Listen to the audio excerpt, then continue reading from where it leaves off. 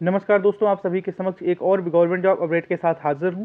मैं आपका Sunil sir education वाला। दिल्ली डिस्ट्रिक्ट कोर्ट के द्वारा विभिन्न पदों पर वैकेंसीज का अनाउंसमेंट किया जा चुका है।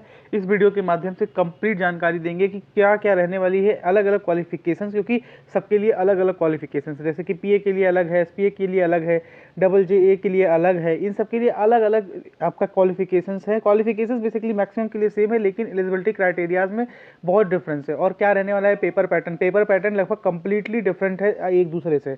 बिना वक्त गवाए आपको सीधे ऑफिशियल पीडीएफ पर लेकर के चलते हैं। लेकिन ऐसे ही गवर्नमेंट जॉब अपडेट के लिए चैनल को सब्सक्राइब करके अवश्य रखिएगा। पिछले 2 दिनों से वीडियो किन्हीं कारणों से नहीं आए थे। कल का कारण तो सबको ज्ञात है, परसों मेरे निजी कारणों से वीडियो नहीं आए थे, लेकिन अब रेगुलर बेसिस पर आएंगे। चलिए लेकर के चलते हैं सीधे ऑफिशियल पीडीएफ पर।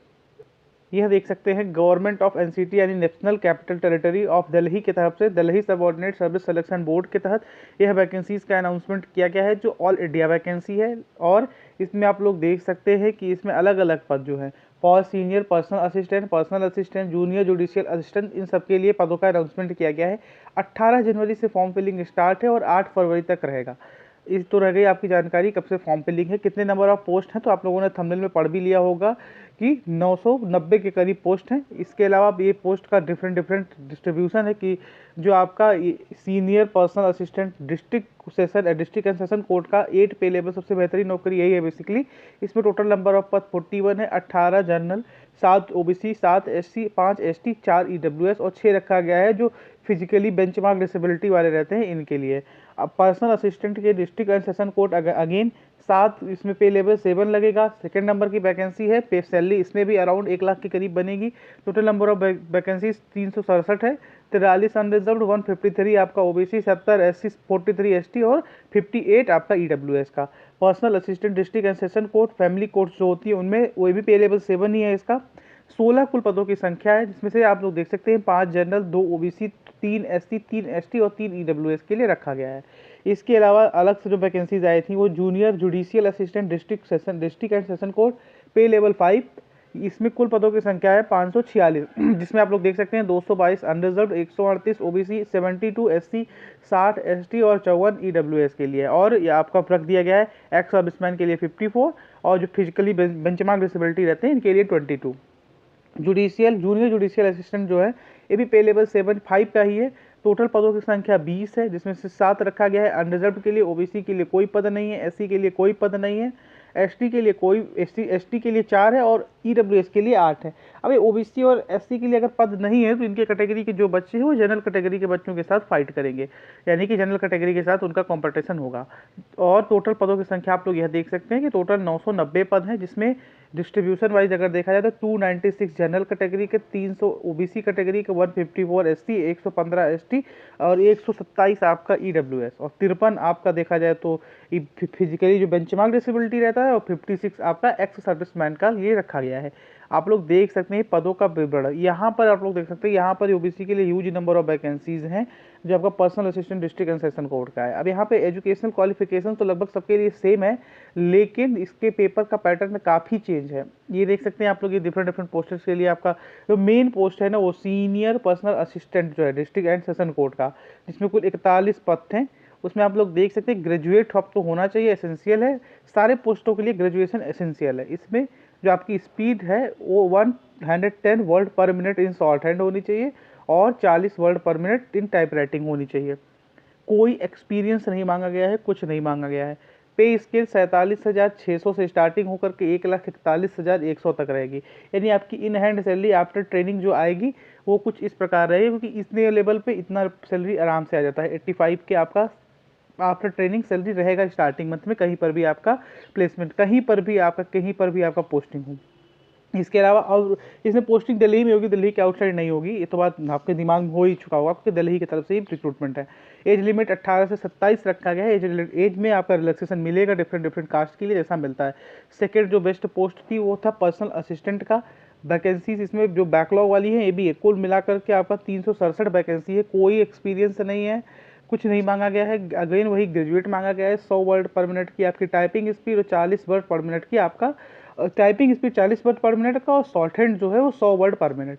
इसके अलावा थोड़ा बहुत कंप्यूटर का नॉलेज जैसे एमएस एक्सेल उक्सेल आना चाहिए। ये सब आपका एसेंशियल है। आपका ग्रेजुएशन है, आप फॉर्म फिल कर दीजिए। कोई ओ लेवल, कोई सी लेवल, कोई डी लेवल सर्टिफिकेट नहीं मांगा गया है।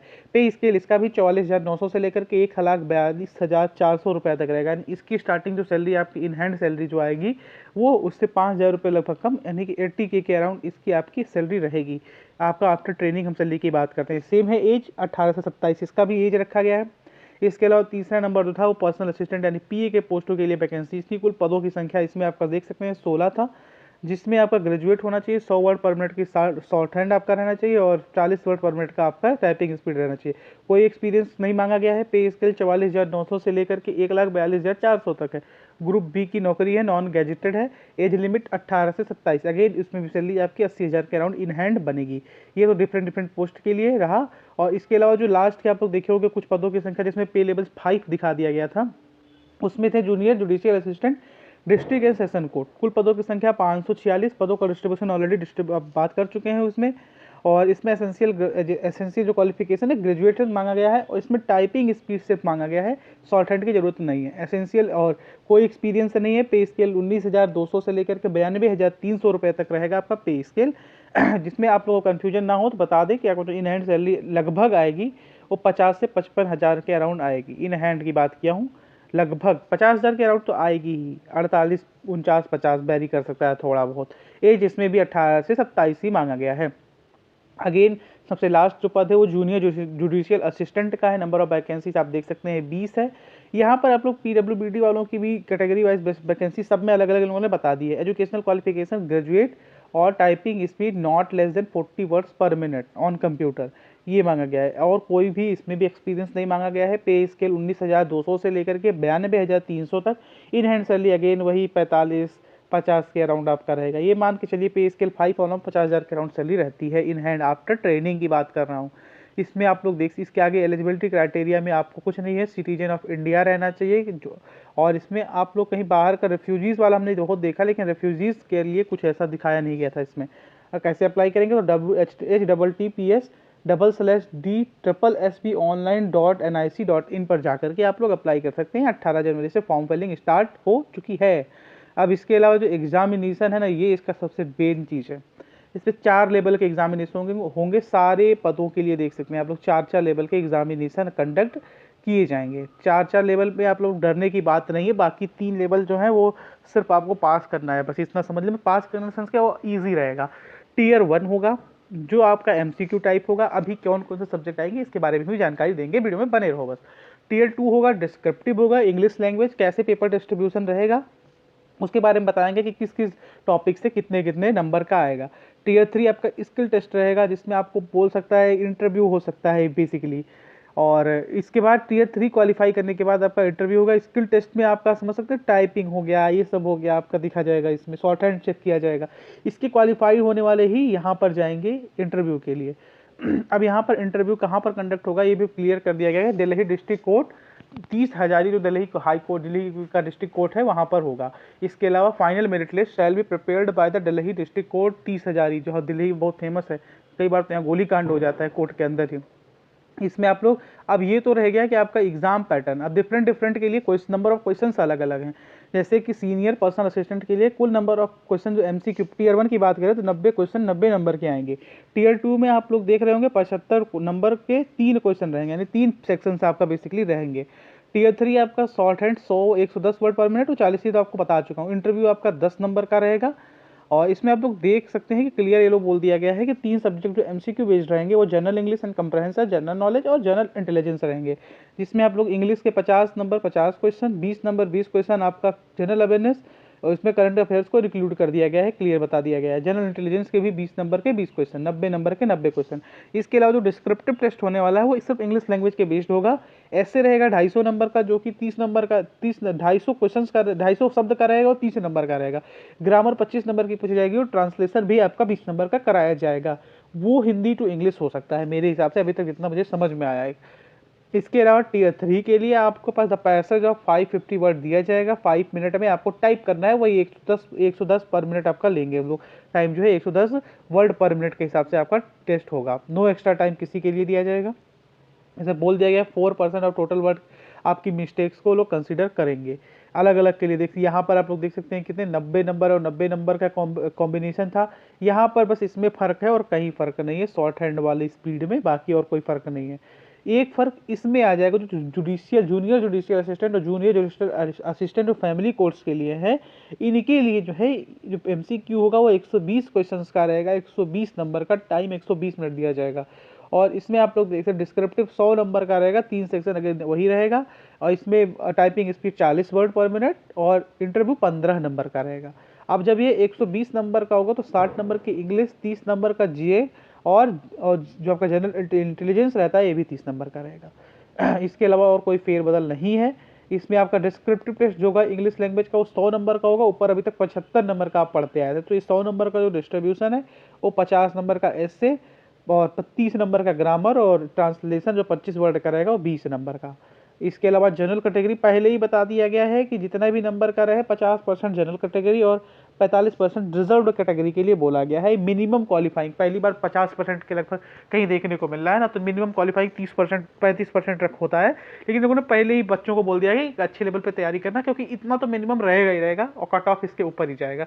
यानी जो आप लोग 120 नंबर देख रहे हैं, अराउंड मान के चलिए कि आपका 75 से 80 जनरल कैटेगरी का कट ऑफ मिनिमम की मैंने बात की है, मिनिमम इतना तो रहने वाला है, इससे नीचे कोई चांसेस नहीं रहते हैं। The final merit list will be prepared, तो आपको बता ही दिया हूँ। DSSB shall be responsible for conducting tier 1, tier 2, tier 3 exam and shall forward the list of उसके लिए वही लोग रिस्पॉन्सिबल रहेंगे। Each MCQ will carry 1 marks and negative marking already आपकी होगी, ये बात क्लियर है इन लोगों में। There will no minimum qualifying marks for tier 4। Interview के लिए कोई क्वालिफाइंग मार्क्स नहीं रखा गया है, यानी कि अगर यहाँ पर आपका सब कुछ अच्छा गया, इंटरव्यू आपको बहुत ही खराब चला गया, 2-4 नंबर भी आ गए, तो सिलेक्शन में कोई दिक्कत नहीं आएगा, ऐसा मेरा मानना है। क्योंकि इधर अगर आपने अच्छी परफॉर्मेंस दिया है तो पोस्ट प्रेफरेंस आपको भर सकते हैं आप लोग इन सारे पोस्टों के लिए। आपके बारे में सब कुछ जानकारी आपको प्रोवाइड कर ही दिया हूँ, और भी अगर कुछ पूछना हो तो आप लोग पूछ सकते हैं। रिजर्वेशन क्राइटेरिया आप लोग देख सकते हैं कि जो दिल्ली के लोकल लोग होंगे उनको रिजर्वेशन क्राइटेरिया का फ़ायदा मिलेगा ही मिलेगा।